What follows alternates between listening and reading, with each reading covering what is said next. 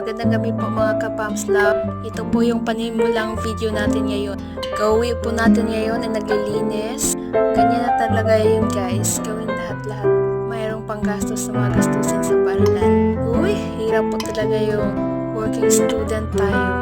Mapunta po tayo sa point na gusto mo nang huminto o nang sumuko. Pero mas mahalaga pala ang pagpapatuloy. Dahil you know guys, marami tayong pangarap sa buhay. Gusto nating makapagtapos, gusto nating tumulong sa ating pamilya, sa sarili, of course, sa future natin. Hindi na lang magkakanak tayo ng marami. Uy, wala tayong panggastos. Joke lang guys. Ngayon guys, kasama ko po yung kapatid ko dyan po niya. Pag hindi raw ako nag-video, hindi ingay-ingay namin. Video ako, tapos siya ay medyo mahiyain. So tahimik kaming dalawa. At saka support na sa aking ginagawa guys.